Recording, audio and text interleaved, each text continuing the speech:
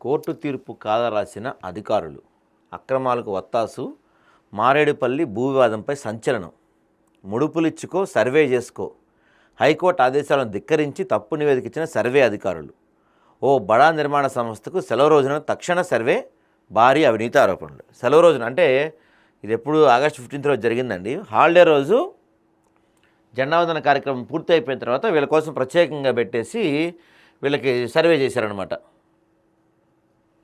ఉన్నత న్యాయస్థానం ఆదేశించిన పాతాళలోకంలో ముడుపుల మాఫియా పట్టు వదలటం లేదు.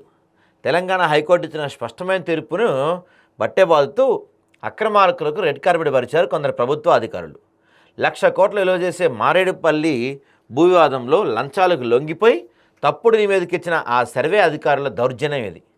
పట్టాదారుల కన్నీళ్లు వారికి కనిపించడం లేదు. కబ్జాదారుల ముడుపులే కనపడ్డాయి.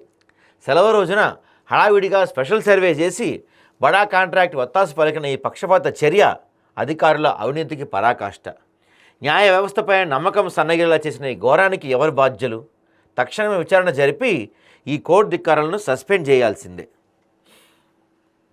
ఇది అసలు విషయం ఏంటంటే, ఇది మారేడుపల్లిలోని సర్వే నెంబర్ 74లో మొత్తం 3.5 ఎకరాల భూమిపై గతంలో వివాదం నెలకొంది.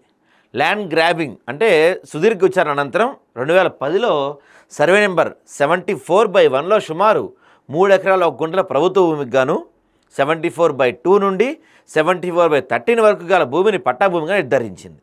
ఈ తీర్పును ప్రభుత్వం ఉన్నత స్థాయిలో సవాల్ చేయగా 2010 నుండి 2025 వరకు వాదనలైన తెలంగాణ హైకోర్టు డబుల్ బెంచ్ గత మే నెలలో కీలక తీర్పు ఇచ్చింది. ఈ తీర్పు ప్రకారం సర్వే నెంబర్ 74లో సబ్ డివిజన్ జరిగిందని స్పష్టం చేసింది.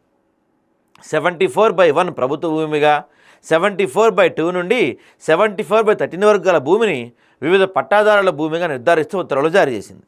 అయితే కోర్టు తీర్పు వచ్చిన తర్వాత పట్టాదారులు తమ భూములైన సర్వే నెంబర్ 74/8, 74/10లను సర్వే చేసి హద్దులు నిర్ణయించాల్సిందిగా కలెక్టర్, ఆర్డీఓ, తహసీల్దార్లకు పదే విన్నవించారు. ఫలితం లేక ఓ పట్టాదారు కోర్టును ఆశ్రయించగా సర్వే నెంబర్ 74/8ని సర్వే చేసి హద్దులు నిర్ణయించవలసిందిగా కోర్టు స్పష్టంగా ఆదేశించింది.